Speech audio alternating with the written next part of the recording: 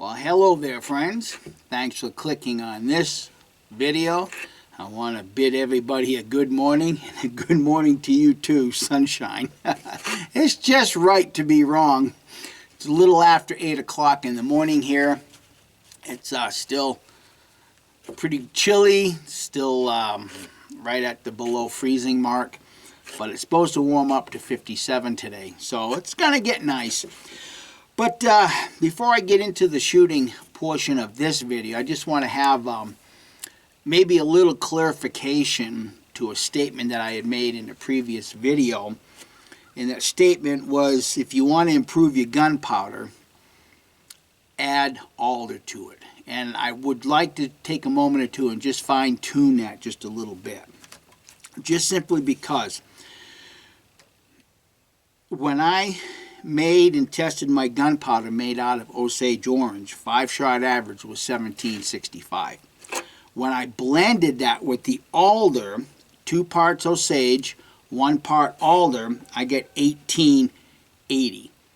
Okay, that's quite a bit of difference in blending that Osage with the alder, but this all has to relate to specific gravity. The specific gravity of Osage orange is 0.82, and I showed that in the glass jar, and the alder that I have, the speckled alder, is 0.44. So it's quite a bit lighter. So when I did that 2-to-1 blend, the alder, in my opinion, canceled out by far and large the specific gravity, the volume of the Osage by quite a bit. Thus led me to make that statement. You want to improve your gunpowder, cut it with alder. It's a blended gunpowder. Now, and this is going to lead me into making a prediction before I get to shooting, okay? When I shot the Sycamore by itself, okay, I got a 9-shot average of 1740. When I blended the Sycamore, which has a much lighter specific gravity than Osage, but it was 2 parts Sycamore, 1 part Osage, I got a 5-shot average of 1746. There was no change whatsoever. So again, I'm of the mind that the greater volume of Sycamore canceled out the lower volume of the Osage. Okay, let's see, I got another one here. When I did the Osage, alder, and juniper blend, that was a 3-part charcoal, equal parts. The juniper and the alder being lighter in the specific gravity than the Osage, still I got 1735. So that's really nothing to write home to mommy about, saying that, oh, if you want to make a better gunpowder, then cut it with alder. Okay, so I'm going to make a prediction right now because I'm on my last batch of gunpowder, and I'm kind of like testing this theory out for myself, just to reconfirm for myself. If you want to improve your gunpowder, you have to use a charcoal that has a very high specific gravity, such as maple. I really probably should be blending this with maple, and I may do that sometime next year. I'm not going to do it right now, but and do it a 2-to-1, because the lighter specific gravity is going to work to cancel out the heavy specific gravity, and once again you're going to get more bang for the buck. Okay, so what I'm predicting right now, and what I've got in the process of being manufactured right now, is a blend, 50-50 blend of peanut shell and alder. Now, because I've determined that the peanut shell is pretty close to like 48, somewhere in there, just measuring it out, making an educated guess, and the speckled alder is 0.44, my prediction is I'm not going to see a great increase in velocities, but only time will bear that out. Okay, because my peanut shell alone got a 5-shot velocity of 1760. And the Alder by itself, let me find the page, had a 5-shot average of 1750. So you're only talking, 10 feet difference in the velocity. And to me, 10 feet it's not even worth talking about, to be honest with you, because chronographs, elevation, temperature, and here's a fourth one, air densities can change the readings that you get. Yes, this time of the year, in the winter months, the air is more condensed, which means the air is a little bit thicker. And if you don't think that you can condense air, then how does your air compressors work? Because you're condensing air.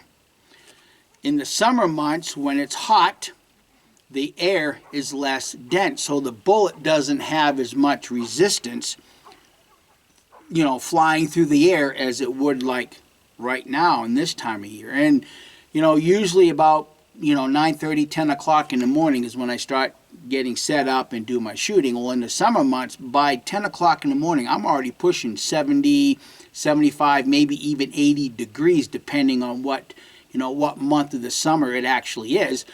Whereas right now, by 10 o'clock in the morning, I'm just barely getting into the 40s. It's usually the upper 30s, low 40s. So the air is more compressed, more dense, and you're going to get a slower reading, albeit maybe 20, 30 feet slower, but it is slower. So you have to bear those things in mind when you're trying to test the velocities of your gunpowder. So your chronograph, elevation, temperature, and air density is going to give you different readings. So anyhow, I'm going to get this gunpowder right here on the dashboard of my truck, let it continue drying out for a few hours, get it all graded up, and once I get it all sized, I'll put it back on the tray, spread it out, and dry it for another 2-3 hours on the dashboard of my truck, just so that I can get all of that moisture that might be left in the gunpowder out. So I guess I'm going to do some shooting and see if my theory, my prediction is either proved accurate or inaccurate.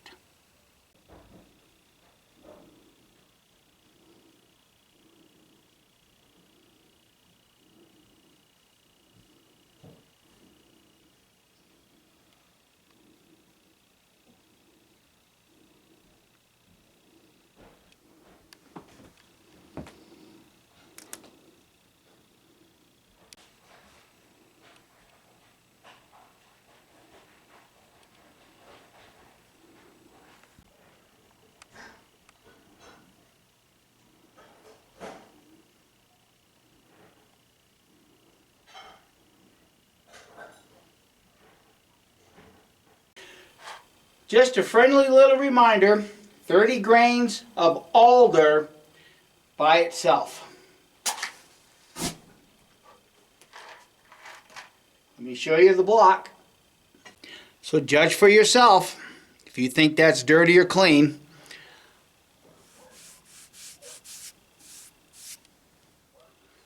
There's the finger.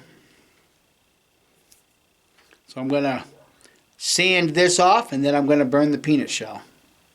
3 o'clock in the afternoon. Got a brand new bale out there, and already they're attacking it.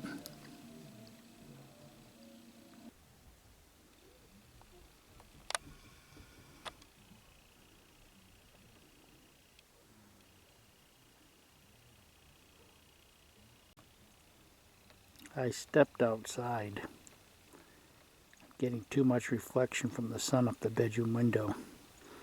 He knows I'm here. 30 grains peanut shell. Let me show you the block. So there's the block. Judge for yourselves. I think it's a tad bit cleaner, personally. Finger's a little cleaner. Now I'm going to do a 30 grain burn test with the blended gunpowder. Okay, the blended gunpowder with peanut shell and alder. Okay, let me get you close up of the block. There's the block. Judge for yourselves. But I would say that the peanut shell on its own is cleaner. Looks like this is just about as dirty, or if you want to call it dirty, as the alder by itself. But I want to do something this time around.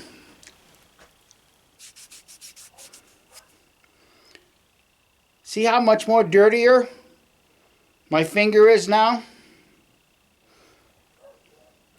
If I were to take a wet rag, run it down my gun barrel and pull it out, I'd say, man, is that powder dirty.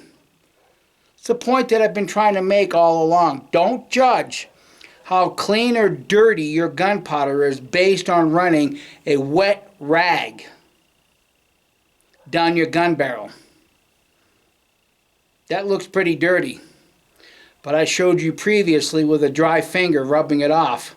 It's not that dirty. But hey, what do I know? Let's get back out to shooting. Alrighty, peanut shell, alder blended 50-50 with the charcoal. I don't even have any target set up. I just want to get some numbers. So here we go. And I am charging the pan with the same gunpowder.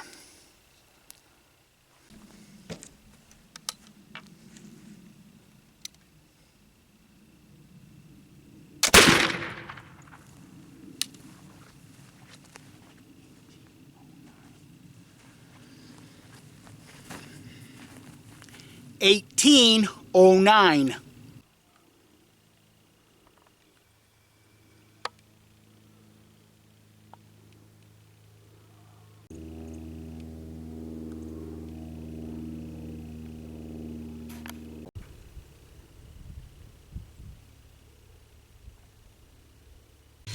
And I am going 80 grains by weight, and that's where the volume is. I don't know if you guys can see that, but it's a little less than halfway up to 9, so I'm guessing about 85, 86 grains perhaps.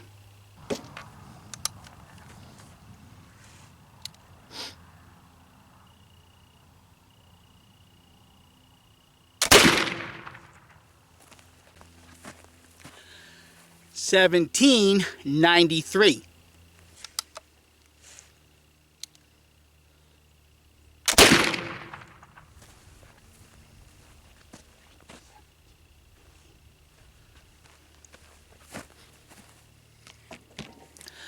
$17.80. And just in case anybody's wondering, I could care less at this point what the patches look like, because I already know that alder burns pretty clean, and so does peanut shell. But if I happen to find one, I'll pick one up.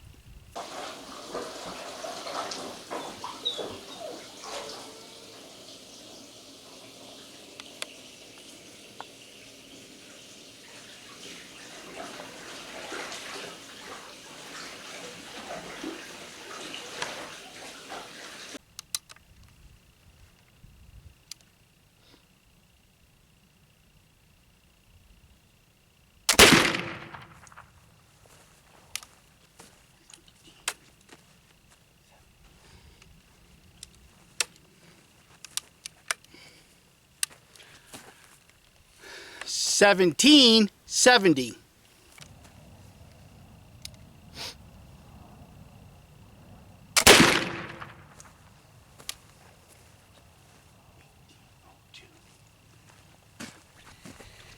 $18.02.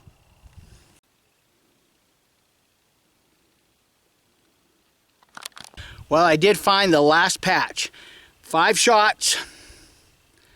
There's the patch. Yeah, it's a little shredded because it's spinning, but look at the burn. It's clean. That's a clean burn.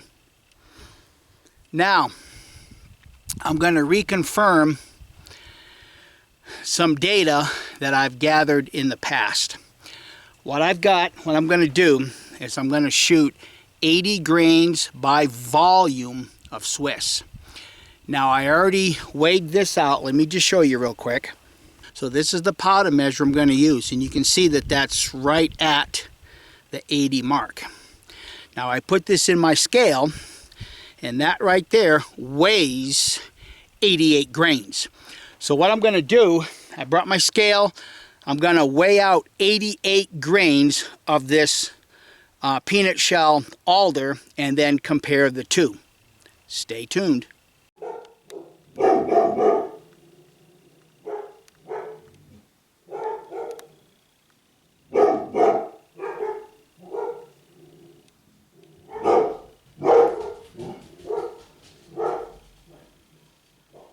So for the naysayers, there's 88 grains. I'm going to see what that occupies in the powder measure. All right, there she is.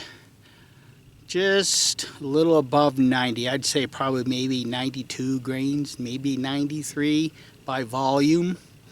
But there again, as I've mentioned before, if you're going to compare your homemade gunpowder to a factory, then you need to match the volume to what the weight actually is for a fair comparison. Okay, I'm going to get loaded up and give this a try. I will be shooting my blended gunpowder first, since the lock is already dirty with that, and when I turn around and do shoot the Swiss, I will be using Swiss 3F in the flash pan. I didn't brush the barrel, clean the barrel. I'm just going with it the way it is right now.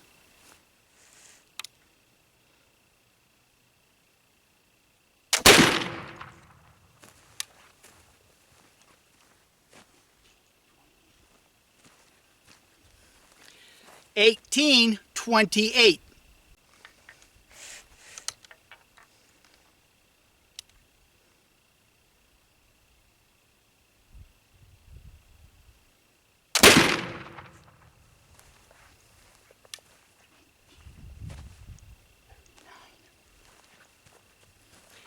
$18.39.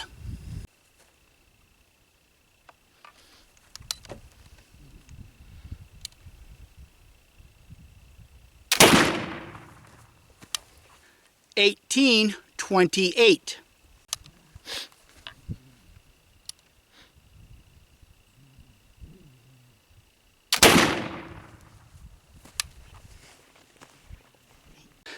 $18.49.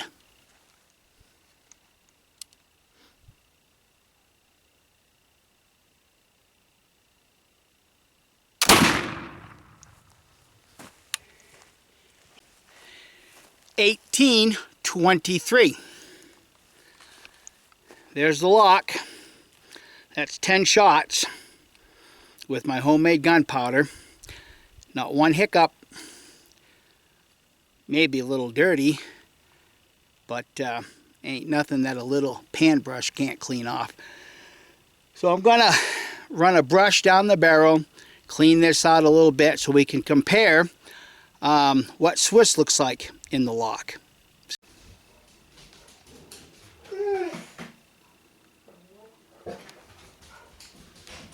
Obviously, it's getting a little warm out here already. I did have to run water down the barrel. That second dry patch that I ran down there got stuck on the bottom, so I had to run some water down there to loosen up the patch.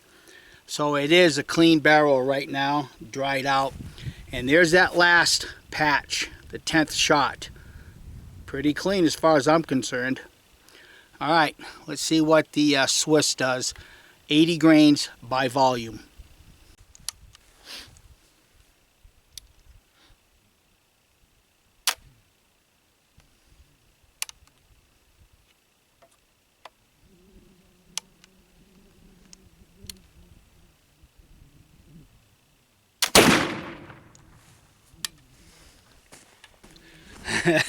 $19.65. That's quite an improvement. Let me take some more shots now that I got a dirty barrel.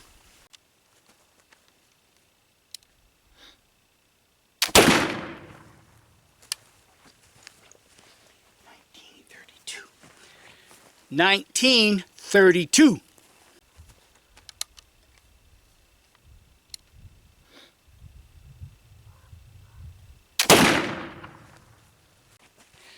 $19.67.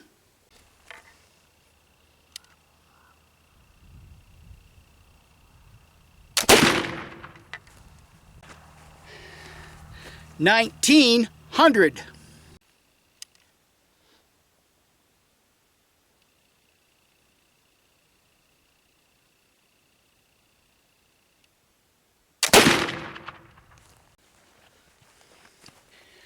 $19.50. Okay, just in case anybody's curious, patch number 1, and I did swap them. These are pillow ticking 20 thousandths. I think you can see, and I would agree, that's pretty clean. But by the time you get to the 5th shot with Swiss, it's a lot dirtier if you compare the two. There you go. Now, I also found 2 patches completely disintegrated.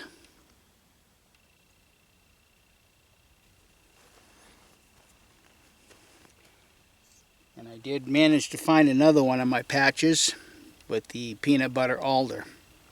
I don't know what shot this was, but looking at that patch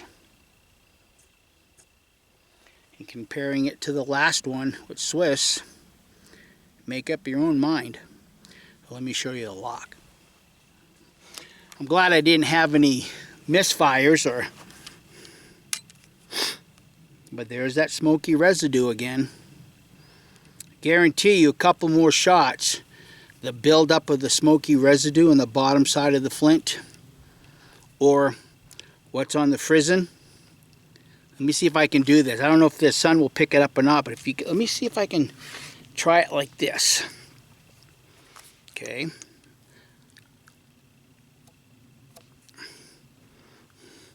You can see how much more cleaner that is.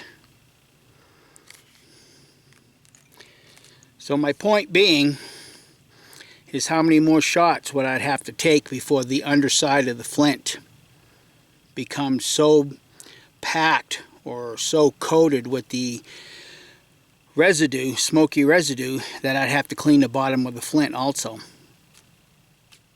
Alright, I'm going to go inside and crunch some numbers, and just right off the bat, obviously you can see that Swiss did a lot better today. But I'm curious about the spread, because looking at the numbers, it looks like there's a pretty big spread with the Swiss. But let me get packed up and I'll meet you in the shop. So just so that you're aware, when I first walked in here before I started crunching the numbers, my temperature gauge said it was 50 degrees and about 55% relative humidity. So that's the conditions that I was shooting out on my shooting range today. And I did move my chronograph in a little bit. Typically I keep it at 15 feet, but today I decided to do it at 10 because the owner's manual says anywhere between 10 and 15 feet. Now I don't know if that really had any fluctuation with the numbers. You guys can deal with that on your own. So 80 grains by weight, peanut shell alder, 5-shot average, 1790 with a spread of 39. Now, at the beginning of the video, I kind of made a prediction that it really wasn't going to be much of a difference. Well, you guys decide for yourself if it's much of a difference. The other day when I shot the peanut shell by itself, 5-shot average was 1760 with a spread of 34. So yeah, I got 30 more feet per second, and the spread stayed just about the same. When I did the alder by itself, 80 grains by weight, 5-shot average, 1750 with a spread of 63. Okay, so, you know, I gained a little bit from even the alder by itself. But all in all, is not really a whole lot of difference in them. as far as the feet per second is concerned, you know, I gained 40 with the alder by itself, and I gained 30 with the peanut shell by itself. So blending them, it did do a little bit better. So I have to eat a little bit of crow on that. I really didn't think I was going to see any difference, but there was a difference. You know, which one's going to make you more dead? 1790 or 1750, 1760? You're just as equally as dead, okay? And that's what I hang my hat on all the time. Okay, so how do the numbers, or what do the numbers tell us when it comes to the test I did with the peanut shell alder versus Swiss? Well, 5-shot average with the peanut shell alder, get 1833 with a spread of 26. With the Swiss, 5-shot average, 1942.8 with a spread of 67. So yeah, I got more feet per second out of the Swiss, but at the same time, my numbers kind of like all over the place. You know, it looks to me like the homemade gunpowder is a lot more stabilized in shooting than what the Swiss was. And when Swiss and people brag about that the numbers with Swiss are more consistent, this tells me they're actually not, because I got a spread of 67. And as I showed, the lock on the gun is filthy dirty compared to the 10 shots with the peanut shell in Swiss. That was 5 shots, the peanut shell and alder. The 5 shots with the Swiss, you can see how dirty the lock became with just 5 shots. So anyhow, my money is still obviously on the homemade gunpowder, just simply because it's very cost effective. You know, when you're spending 30 bucks a pound for Swiss, and Swiss brags about more powerful, you know, more consistent from shot to shot, I'm not buying it. I'm just not buying it, because when it comes to even what I did right here with the peanut shell alder blended, you know, the lowest shot with the Swiss was 1900, and the highest shot with the peanut shell alder was 1849. How about if I just put another 5 grains with the peanut shell, and the peanut shell's right up in that same velocity with Swiss? Yeah, I'm burning more powder per se, but it's not costing me 30 bucks a pound to make homemade gunpowder. So those are things that I keep in mind when I talk about these gunpowders and stuff like that. Yeah, in this particular test, Swiss did better than the peanut shell, but I've done tests in the past when I've taken 100 grains of Swiss, and I've actually shot better with the stuff that I've remilled compared to Swiss. So, you know what, guys? Take it with a grain of salt, because I know that there's a lot of people out there with a lot of different opinions. That's fine. But as far as I'm concerned, my opinion right now is Swiss isn't cracked up to what everybody brags about. It's just simply not. So anyhow, I want to thank you, friends, for joining in on this journey with me and making homemade gunpowder. I hope that you friends have learned, you know, different ways of doing it, different methods, and things like that. I want to thank you for watching. I want to thank you for your likes and those that have subscribed. And I'm not sure where I'm going at this point. I want to do some more shooting with my revolvers. Maybe do some testing with those, with the homemade gunpowder, and see what kind of velocities I can get with that. I haven't quite made up my mind yet, but that's what I'm thinking about. So anyhow, don't forget to give it a thumbs up and to share it with your bestest of buds. Bye.